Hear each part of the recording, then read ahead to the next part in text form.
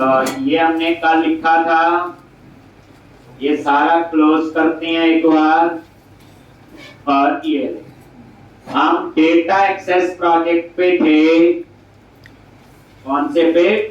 Data access repository. और यहां पे आई रिपोजिटरी और उसके अंदर है ये आई रिपोजिटरी डॉट सी एस। ठीक,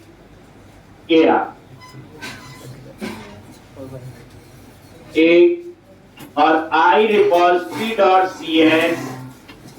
और ये देखो यहाँ पे एड मूव, ये इंटरफेस था। क्लियर है जी? दो फोल्डर बनाए थे, एक रिपोजिटरी और एक आई रिपोजिटरी।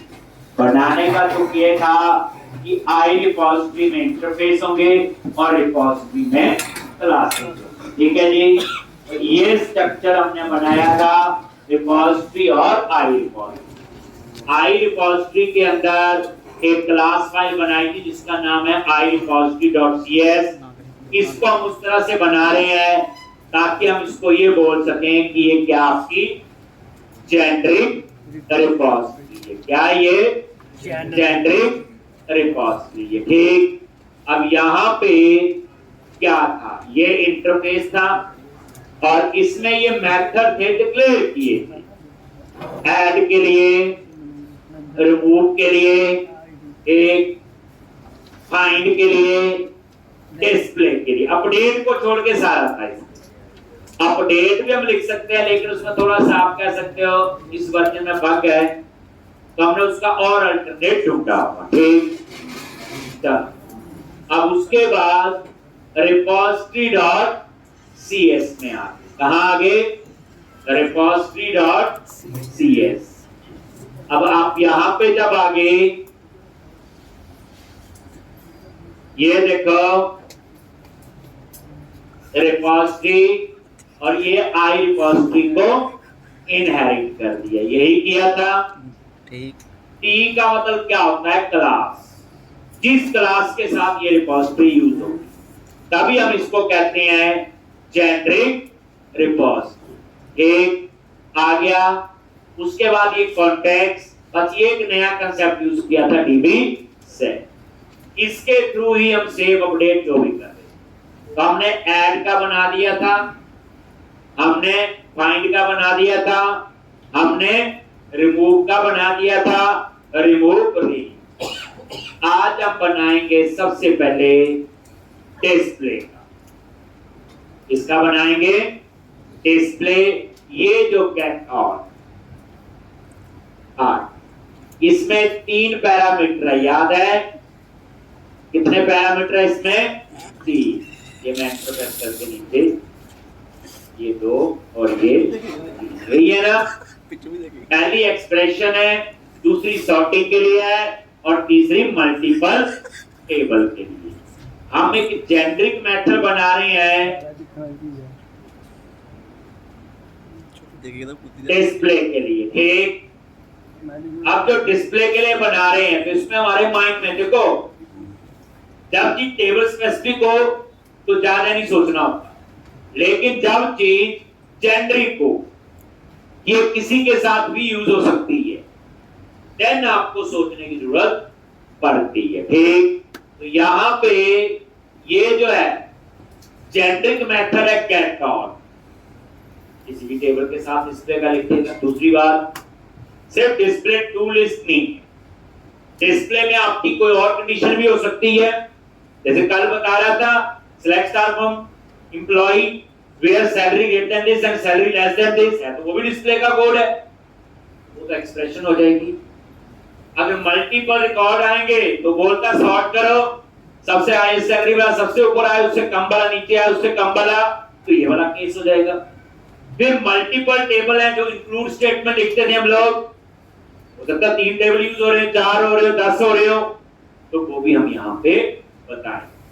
तो अब आप यहाँ आ जाओ और यहाँ पे हमने क्या क्या काम करना है थोड़ा ध्यान से समझ। एक सबसे पहले एक वेरिएबल ले लो आई क्वेरिएबल, टी टाइप का, और वेरिएबल का नाम दे दिया क्वेरी, और इसमें पास कर दिया टीबी सेट। आई क्वेरिएबल क्या है? एक ये रेफरेंशियल, ये क्या है? इंटरफेस। क्लियर है जी? अब यहां पे ये वेरिएबल ले लिया आई क्वेरी, तो क्वेरी इसकी क्वेरी बनानी। क्लियर है जी? अब उसके बाद इफ फिल्टर पहला parameter is not equal to नल,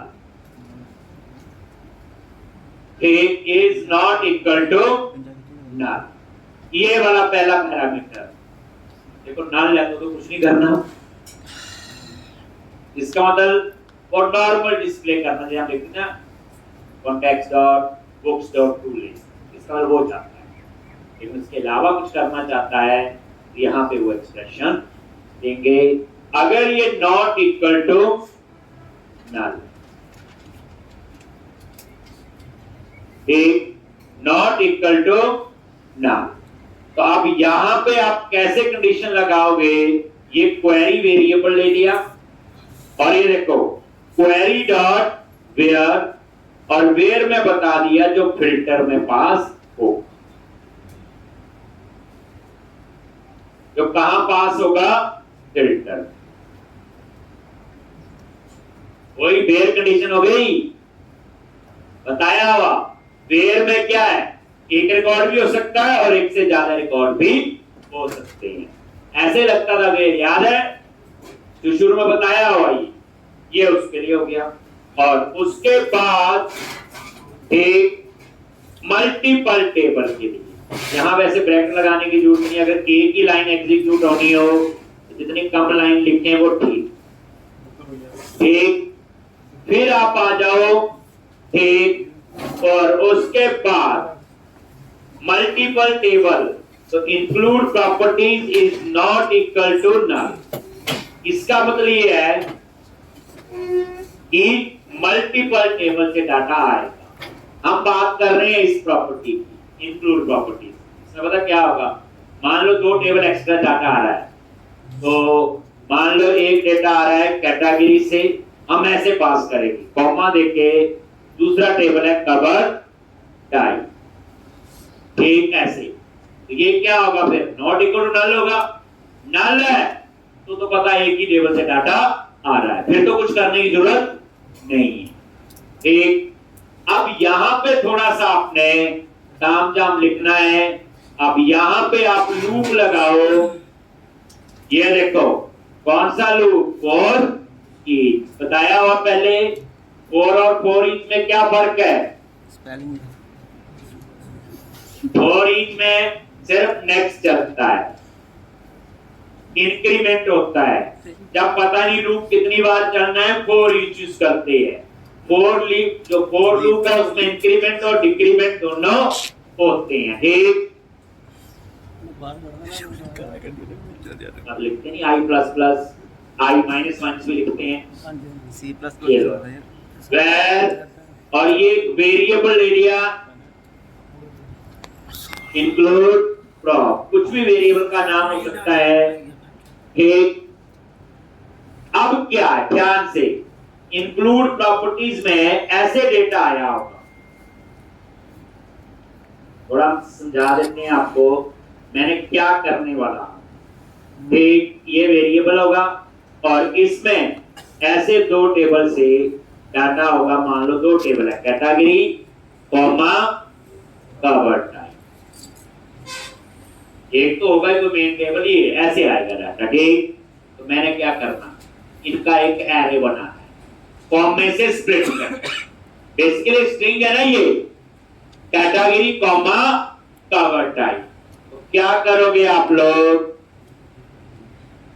यहां पे, तो जो ये इंक्लूड प्रॉपर्टीज है, तो इसमें स्प्लिट मेथड होता है एरे बनाने के लिए। कौन सा मेथड होता है? स्प्लिट। तो यहां पे क्या उसका सिंटैक्स है? ये इंक्लूड प्रॉपर्टीज, ये वेरिएबल हो गया, पहले समझ लेना, लिखने का टाइम मैं दूंगा पूरा। डॉट स्प्लिट, स्प्लिट मेथड किसके लिए होता? एरे में कन्वर्ट। जैसे मान लो एक स्ट्रिंग लिखा है, अब आपने एक पैरा लिखा है, आपको देखना उस पैरे में अलग अलग वर्ड उठानी है, तो आप क्या करोगे? स्प्लिट मेथड यूज करोगे। और कैसे स्प्लिट करोगे? स्पेस से। जैसे मैं यहां स्प्लिट करूंगा इसको कॉमा से, जैसे इस केस में ये 2 एलिमेंट का एरे बनाएगा, ये कॉमा लगा हुआ।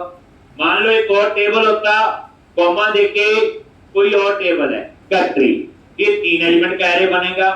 कैसे? कॉमा से स्प्लिट करके। अब यहां पे स्प्लिट के अंदर आपने क्या लिखना है? एक ध्यान से देखोगे इसका सिंटैक्स, स्प्लिट, और यहां पे न्यू कैरेक्टर, न्यू, ये कैरेक्टर टाइप का एक एरे, और इसको कैसे स्प्लिट करेगा? कर्ली ब्रैकेट में यहां लिख दिया कॉमा, यहां पे कॉमा, इसके अंदर एस। तो ये स्प्लिट मेथड क्या करेगा? एक एरे बनाएगा कॉमे से स्प्लिट करके। किससे स्प्लिट करके? कॉमे से, बस। और उसके बाद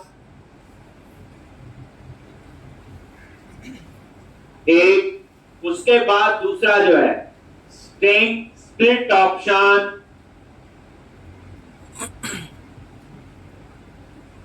कॉमा स्ट्रिंग,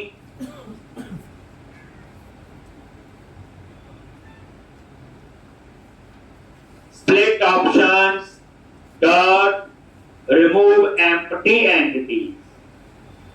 बताता हूं ये, और ये पूरा अब मैं समझाता हूं। ये इसके साथ ही है, मैंने नीचे नीचे इसको ये देखो, ये तो वेरिएबल ले दिया। मान लो वहां पे हमने 3 लिखे हैं वर्ड, 3 टेबल के नाम है, कैटेगरी, कवर टाइप और कंट्री। तो 3 एलिमेंट का एरे है, तो लूप कितनी बार चलेगा? बोलो 3 बार। कितनी बार चलेगा? 3 बार। तो फिर आप लिख दो यहाँ पे query is equal to query dot include, और यहाँ पे किसको इंक्लूड करना है? इंक्लूड प्रॉप, एक इंक्लूड प्रॉप।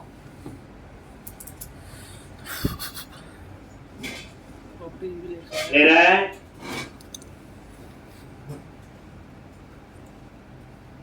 तो यहां पे आपका वो कंडीशन लगेगी कैसे? If order by is not equal to null, अगर ये नल नहीं है, order by is not equal to null, और यहाँ पे return order by query to list, order by ठीक किसको करना है? जो हमने क्वेरी की, और डॉट टू लिस्ट। लेकिन ऐसे नहीं, अगर वो order by not equal to null होगा तो ठीक। ऑर्डर वाई होता है सॉर्टिंग के लिए, और अगर उसने सॉर्ट नहीं करना है तो आप सिंपल लिख दो क्वेरी डॉट टू लिस्ट। ये तो आपका रिटर्न कर ही देगा बस। याद रखना, ये बड़ा इंपॉर्टेंट जेनेरिक मेथड बनाया मैंने, चेक ऑफ। पे आपने है, कहां पे है? फर्स्ट डॉट इसको ये ऊपर होगा, ये आगे फर्स्ट और डिफॉल्ट में क्या क्या था? बस 2 ही पैरामीटर थे, इसमें ऑर्डर वाई नहीं। बताइए क्यों? क्योंकि जब एक ही रिकॉर्ड आएगा उसको क्या सॉर्ट करेंगे, क्या सॉर्ट नहीं करेंगे। याद रखना, प्रैक्टिस साथ साथ रखना। 3 कॉपी से स्टार्ट करो, 5-6 कॉपी तक प्रोजेक्ट ही बनाओ। आप देख लो इस बैच में आपने देखा होगा जब प्रोजेक्ट शुरू हुआ तो एकदम से रश आ गया, पहले तो नहीं था। मैं चाहता हूं आपके साथ भी ऐसा ना हो। अगला बैच शुरू हो चुका है, ठीक, तो इसलिए प्रैक्टिस जो है वो काफी अच्छी रख लेनी। कहने का मतलब मेरा ये है, ठीक, नहीं तो क्या रिवीजन होगी। क्या लिखना है सबसे पहले, वही डीबीआई क्वेरीएबल सेम। क्या लिखोगे, आई क्वेरीएबल किसकी, पता ही नहीं, टी, और यहां पे नाम दे दिया वेरिएबल का क्वेरी, और इसमें पास कर दिया एग्जीक्यूशन के लिए। बेसिकली डाटा सेट में जो क्वेरी एग्जीक्यूट कर रहा है यहां डीबी सेट है, और डीबी सेट में मैंने कॉन्टेक्स्ट ही डाला हुआ, देखा था ऊपर आपने, आ गया।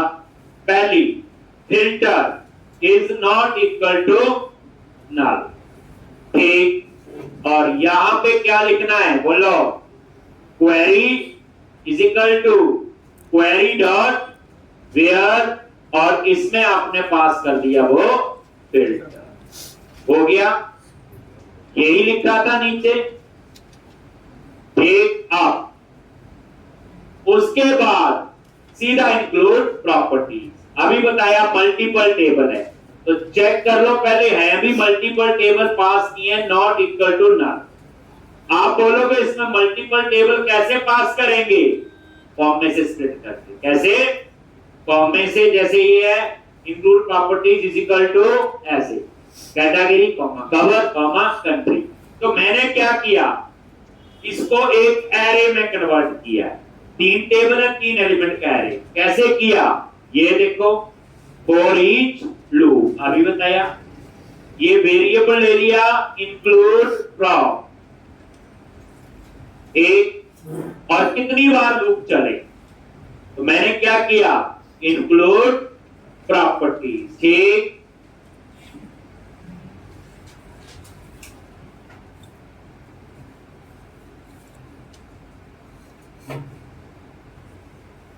एक include properties dot split method होता है क्या बनाने के लिए, एरे बनाता है। क्या बनाता है ये, एरे। कैसे बनाना है, न्यू, किसका बनाना है, बोलो कैरेक्टर का। और इसको कैसे स्प्लिट करना है, बोलो कॉम में से। कैसे, कॉम में से। तो ये क्या करेगा, कॉम में से स्प्लिट करके ये एरे बनाएगा। मान लो 3 टेबल है, तो 3 एलिमेंट का एरे, कॉमा दिया बीच में। अगर आप यहां पे कॉमे की जगह आप स्पेस दे दो ऐसे, तो फिर आपको वहां कॉमे का स्पेस देना, एरे, ठीक। तो इसलिए मतलब कहने का ये ले रहे जी। अब कॉमा क्या लिखा था, string split options dot remove empty entity. कई बार क्या होता है, आगे खाली पड़ा है, स्पेस ही दिया होता है, कहीं उसको ना कैलकुलेट कर ले, ये उसके लॉजिक को मैं एंटर प्रेस करके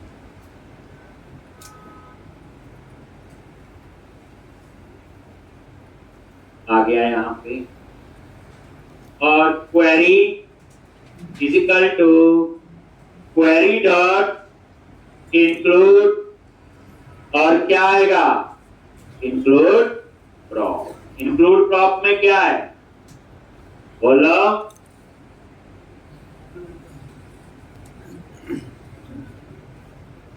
इंक्लूड प्रॉप में क्या है, टेबल का नाम। आप याद कर लो, ऐसे तो लिखते थे पहले भी, जब हम लोग डिपार्टमेंट टेबल यूज किए थे तो लिखते थे ना, जो भी टेबल थे, मेरे ख्याल से context dot employees dot include कर लेगा। 2 टेबल है, 3 टेबल है, 4 है, पक्का सिर्फ जेनरिक का है। अगर मैं अभी जेनरिक ना करवाऊं तो आप हंसते।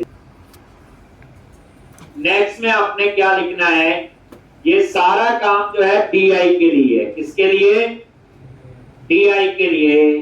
बस यहां रिटर्न कर दो query dot first dot default, क्योंकि एक ही रिकॉर्ड ये रिटर्न करेगा, ठीक। हमने कोई नाम रखा हुआ वैसे इसमें, ठीक है जी। तो जेनरिक रिपोजिटरी बन गई, एक इंटरफेस और एक जेनरिक रिपोजिटरी क्या है। एक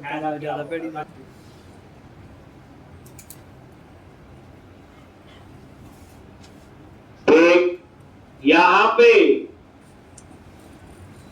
रिपोजिटरी फोल्डर बनाया और उसके अंदर सब फोल्डर आई रिपोजिटरी के अंदर जो आई रिपोजिटरी.cs और ये रिपोजिटरी.cs रिपोजिटरी में बनाई एक ही जेनेरिक रिपोजिटरी। इंटरफेस और क्लास ध्यान देना, इंटरफेस में सिर्फ मेंबर एक प्लेयर है जी।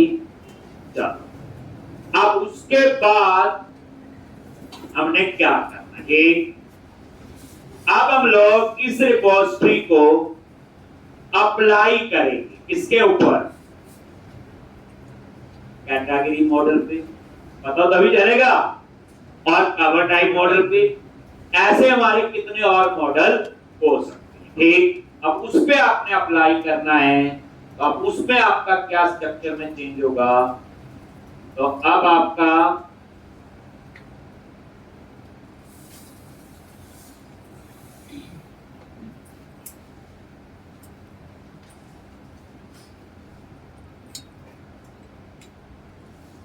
ना करना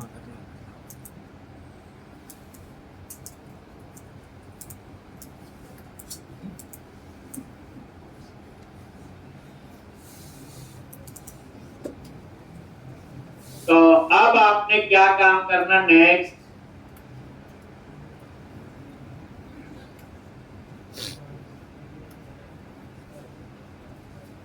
गलत हो गया। चलो अब हम लोग यहाँ पे बनाएंगे आई रिपोजिटरी में जाओ। अब हम टेबल स्पेसिफिक रिपोजिटरी चाहिए, कौन सी टेबल।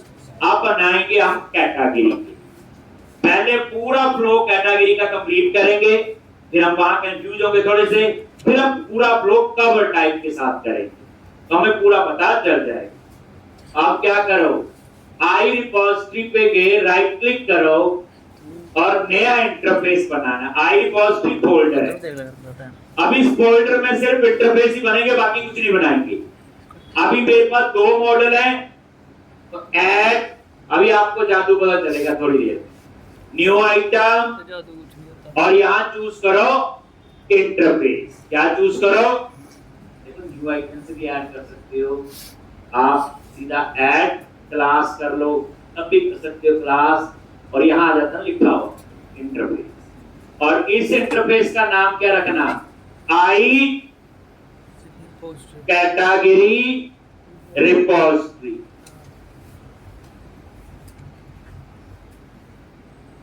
आई इंटरफेस किसके लिए, कैटेगरी रिपोजिटरी। ठीक, आई कैटेगरी रिपोजिटरी। मान लो कल को 100 टेबल है, ऐसे 100 बने। अब इसके अंदर क्या कोड होगा, अब हमें पता है, इसका कोड होगा सिर्फ कैटेगरी वाला, अब जेनरिक नहीं। अब कैटेगरी मॉडल के हिसाब से ये काम करे, कैसे हम चेंज करेंगे, देखो आ गया आई कैटेगरी रिपोजिटरी, ये बन गया। अब यहां पे आगे क्या करोगे, पब्लिक इंटरफेस और ये, तो यहां पे आपने एक तो जो आपकी क्लास है, रिपोजिटरी जो है वो आपने यहां पे कैसे, कॉमा आई रिपोजिटरी बनाया था ना कल, और यहां लिखते थे टी, क्या लिखते थे, टी। अब देखो, अब तो हमें पता है इसके लिए बनेगा, बोलो कैटेगरी, ये। अब देखो, और ये इसका नेम स्पेस ऐड कर दो, कैटेगरी वाला जो मॉडल है, हो गया जी। अब क्या हुआ, ध्यान से, ये आई रिपोजिटरी में जाएगा, चलते हैं, और यहां कैटेगरी पास किया, F12 प्रेस करो, आगे में क्या आया, बोलो कैटेगरी। जहां जहां की है नीचे, सबके लिए क्या बन गया, ये कैटेगरी में ऐड करेगा, कैटेगरी में रिमूव करेगा, कैटेगरी डिस्प्ले करवाएगा, फाइंड करेगा, बन गई जेनरिक। यहां सिर्फ मैं क्या कर रहा हूं, तो सेव अपडेट का कोड लिख रहा हूं, वो सारा है। हाँ, एक मेथड आपको यहां बनाना है, void अपडेट, और यहां पे एक कैटेगरी मॉडल पास करना है। मैंने बताया था छोटा सा कह सकते हैं ना बग है या प्रॉब्लम है इसके अंदर कि अपडेट के लिए मैं जेनेरिक रिपोजिटरी नहीं बना। क्लियर है जी? तो हमने अपडेट का मेथड यहां ऐड कर दिया, बाकी ऐड, रिमूव, फाइंड, डिस्प्ले वो वहीं से चलेगी। बस ये अपडेट। अब देखो आई कैटेगरी रिपोज बन गया जी, हो गया। क्या किया, आई रिपोजिटरी को यहां आपने यहां पे आगे, अब मेन फोल्डर क्या है, रिपोजिटरी, और यहां पे राइट क्लिक करो, ऐड क्लास, ये क्लास ऐड करते हैं, और यहां क्लास का नाम दोगे क्या, आई हटा दो, बाकी वही कैटेगरी रिपोज। ये देखो आई हटा दो और इसका नाम क्या बन गया, बोलो, कैटेगरी रिपोज। बन गया नहीं बन गया, देखो ध्यान से। ठीक, कैटेगरी, ये देखो ये आई रिपोजिटरी में इंटरफेस है सारे, और इस रिपोजिटरी के अंदर क्लासेस है। ये देखो कैटेगरी रिपोजिटरी, ठीक है। और यहां पे पब्लिक लगाओ, अब ये क्लास है नॉट इंटरफेस। और यहां पे हमेशा याद रखना, क्लास पहले इनहेरिट होती है, इंटरफेस बाद में इंप्लीमेंट होता है। कभी दोनों चीजें अगर आपको चाहिए, जैसे यहां क्लास है तो रिपोजिटरी आपकी क्लास है, क्लास तो इनहेरिट होगी। अब ये रिपोजिटरी किसके लिए है, ये देखो किसके लिए, कैटेगरी के लिए।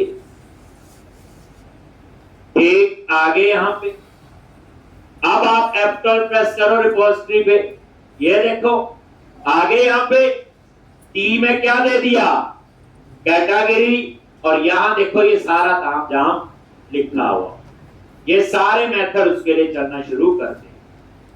कॉमा, तो पहले क्लास को इनहेरिट किया, क्योंकि क्लास हमेशा एक ही इनहेरिट हो सकती है, और उसके बाद आप यहां पे आई कैटेगरी रिपोजिटरी, जो इसका इंटरफेस बनाया था, वो भी चाहिए है, बनाया नहीं अभी ये इंटरफेस, हम इसकी बात कर रहे हैं।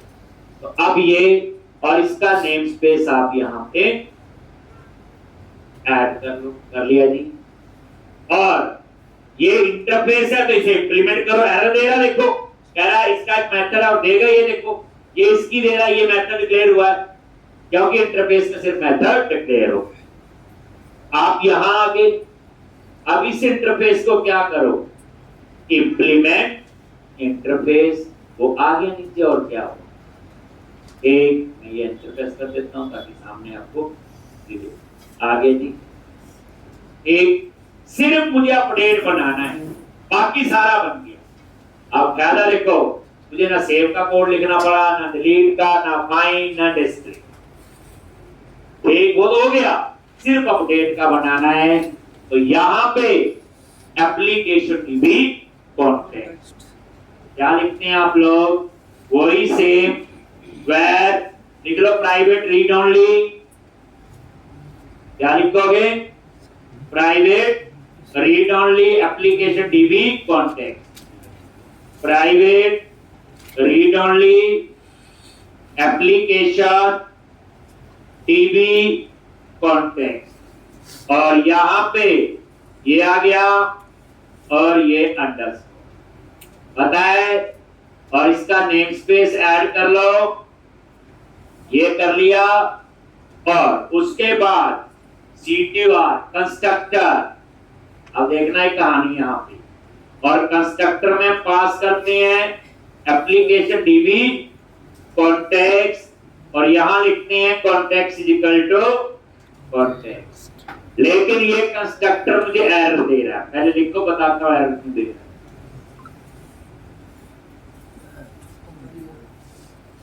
एरर दे रहा है, ठीक। अब ये क्या कर रहा है, यहाँ पे कह रहा है कि डाटाबेस का कनेक्शन मुझे दो। तो बेस किसके लिए होता? बेस क्लास के कंस्ट्रक्टर के लिए। और बेस क्लास कौन सी है यहाँ पे? रिपोजिटरी। और बेस क्लास हमेशा एक होगी, दो कभी नहीं हो सकती, क्योंकि इनहेरिटेंस इसमें सिंगल होगी। और यहां पे क्या लिखोगे? कॉन्टेक्स्ट, ये लिखेंगे। आप देखो ध्यान से।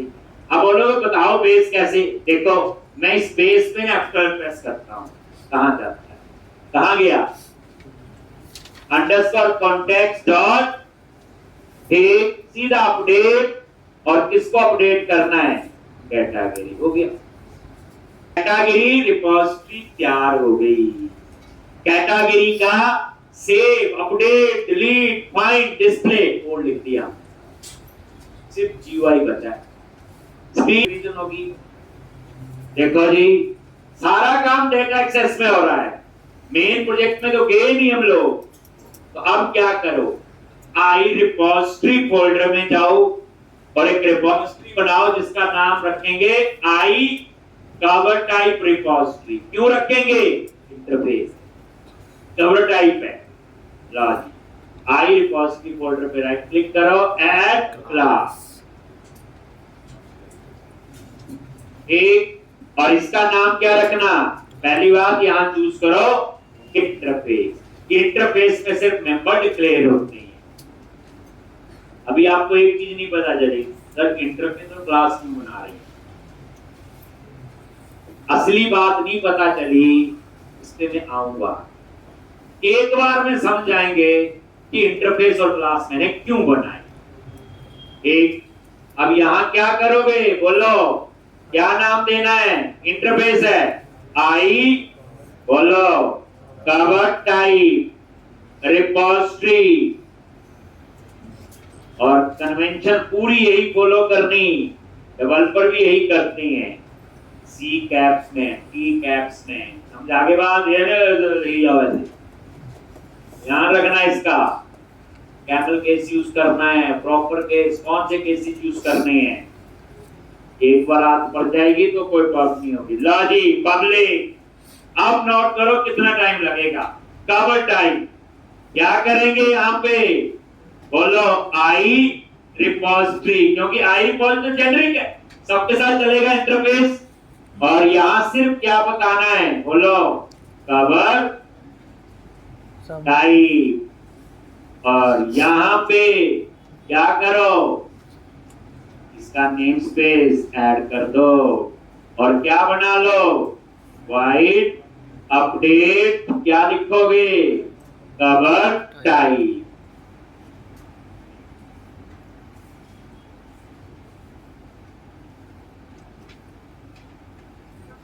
सेम। आप 1 मिनट उसमें लगा के हम खत्म। यानी आपने बैठे बैठे कवर टाइप का सेव अपडेट लिख दिया, कैटेगरी का सेव अपडेट लिख दिया। अब मेरे प्रोजेक्ट में 500 मॉड्यूल होंगे, 2 मिनट से मल्टीप्लाई कर लो कितना टाइम लगेगा। नहीं तो लोग बनाते रहेंगे, सेव अपडेट ही फंसे रहते हैं हम लोग। लेकिन ये किसका था? Generic repository. समझा के बाद? रिपोजिटरी में जो मेथड बने हैं, गेट ऑल या फाइंड, जो भी बनाए हैं, दैट इज जेनरिक मेथड। अब देखो क्या है, जब हम उस रिपोजिटरी को कॉल कर रहे हैं तब बता रहे हैं भाई कवर टाइप है एक। चलो अब हम इसकी क्लास बनाएंगे, मेन रिपोजिटरी। उसका नाम क्या रखेंगे?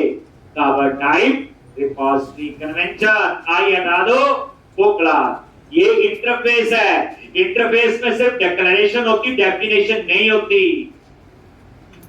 चलो आगे, अब आ जाओ आप मेन फोल्डर पे। बढ़ता जाएगा प्रोजेक्ट का साइज। रिपोजिटरी पे ऐड क्या करोगे? क्लास।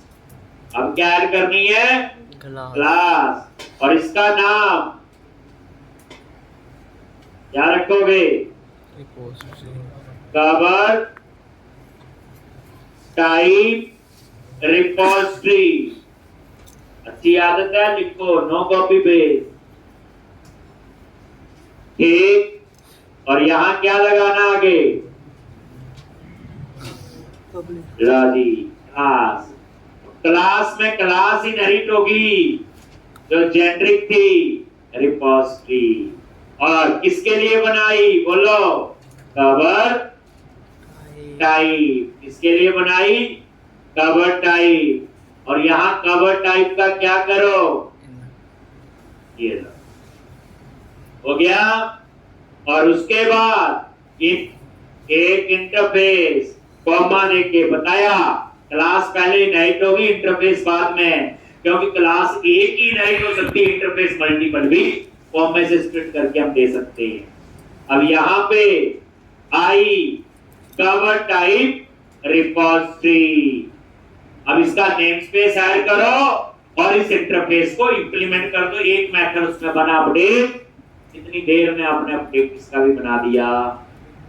ये लो जी, नेम स्पेस, और उसके बाद आई कवर टाइप रिपोजिटरी पे गए। इंटरफेस है ना, कभी नाम से पता, और एक तो नाम से बता आई लगा तो इंटरफेस ही होगा। और उस इंटरफेस को आपने क्या किया? इंप्लीमेंट कर दिया। और यहां पे ये देखो, और यहां क्या लिखना है? बोलो, डाटाबेस चाहिए ना? क्या लिखा था? Private read only application TV context. एक, और ये इसका नेम स्पेस एक्सपोज कर दो यहां पे। लो जी, आगे, और यहां पे कंस्ट्रक्टर, और कंस्ट्रक्टर में एप्लीकेशन डीबी कॉन्टेक्स्ट, और यहां पे बेस, और ये डाटाबेस का कनेक्शन, और underscore context is equal to. सबसे अच्छी अप्रोच, ना पता चले आप 12 खुद करो कौन सी कहां से आ रही, आपको पूरा फ्लो अपने आप ही समझ आ जाएगा। एक, इसीलिए अब इतने दिन से F12 पहले दिन से मैंने सिखाया था कि F12 की आदत डालो। और उसके बाद क्या लिखना होगा? अंडरस्कोर कॉन्टेक्स्ट डॉट अपडेट, क्या? Cover type. एक लाइन के कोड से भी अपडेट होता है, खत्म हो गया। अब देख लो, हमने कवर टाइप का भी सेव अपडेट लिख दिया जी। सेव अपडेट रीड फाइल जाते हैं यहां पे। Startup dot main project, startup तो एक ही होगी और वो मेन प्रोजेक्ट में ही है। अब डेटा एक्सेस से बाहर गए, मेन प्रोजेक्ट में आए और स्टार्टअप फाइल ढूंढ लो आगे। और यहां पे स्टार्टअप डॉट सीएस के अंदर इन रिपोजिटरी को ऐड, कहां ऐड करना है? जहां आपने ये कॉन्फ़िगर सर्विसेज बना हुआ और ये वो कनेक्शन से लिखते थे, याद है? इसको तो अपने आप लिखना आ गया। और यहां पे आप ऐड कर दो, ठीक, कनेक्शन सिंक लिखा हुआ ना, इसके बाद यहां पे मैं ऐड कर रहा हूं। कैसे ऐड करनी है? और यहां पे आपने लिखा आई कैटेगरी रिपोजिटरी, ठीक, और ये इंटरफेस का नाम दे दिया, और ये आपका उसकी क्लास का नाम दे रहा है, और ये मैंने नेम स्पेस ऐड कर दिया। ये इसका हो गया है और ये अब इसके बाद जब भी मैं कैटेगरी रिपोजिटरी को यूज करूंगा, मैं DI की तरह यूज कर सकता हूं। मैं सिंपल इस इंटरफेस को यूज करूंगा जहां में मुझे जरूरत हो। एक ऐड हो गया, ये स्टेप फॉलो करना है। अब मान लो मेरे प्रोजेक्ट में तो एक और रिपोजिटरी है ना, ऐड स्कोप, जिसको आपने कंट्रोलर में यूज करना है, तो वो होगी आई क्या कवर टाइप रिपोजिटरी और यहां कवर टाइप रिपोजिटरी, ये ऐड होगी। ठीक, आप बोलो तीसरी, वो जेनरिक थी जिसको हमने डायरेक्ट एक्सेस ही नहीं करना, कंट्रोलर में उसको ऐड करने की जरूरत नहीं, इन्हीं को हम यूज करेंगे। लेकिन हम कभी भी क्लास का ऑब्जेक्ट नहीं बनाएंगे, हम हमेशा इन इंटरफेस को यूज करेंगे। आई कैटेगरी रिपोजिटरी, जब भी मुझे कैटेगरी का कुछ चाहिए होगा। आई कवर टाइप रिपोजिटरी, जब भी मुझे कवर टाइप का कुछ चाहिए होगा। अब इसके अंदर एक प्रॉब्लम और हो गई, अभी तो सिर्फ 2 मॉडल है, प्रोजेक्ट में तो हजार मॉडल बन जाते, वो 12-15 तो हम ही बना देंगे। मान लो मेरे प्रोजेक्ट में 100 मॉडल है, दोनों 100 टेबल है। ऐसे करने का लॉस वही है कि स्टार्टअप में इतना ज्यादा कोड हो जाएगा में, बट प्रोसेस से ही अब समझ आएगा कि जो चीज मैं बनाने जा रहा हूं मैं क्यों बनाने जा रहा हूं। ठीक, और वो चीज बनानी है तो उसके लिए ना आपको कल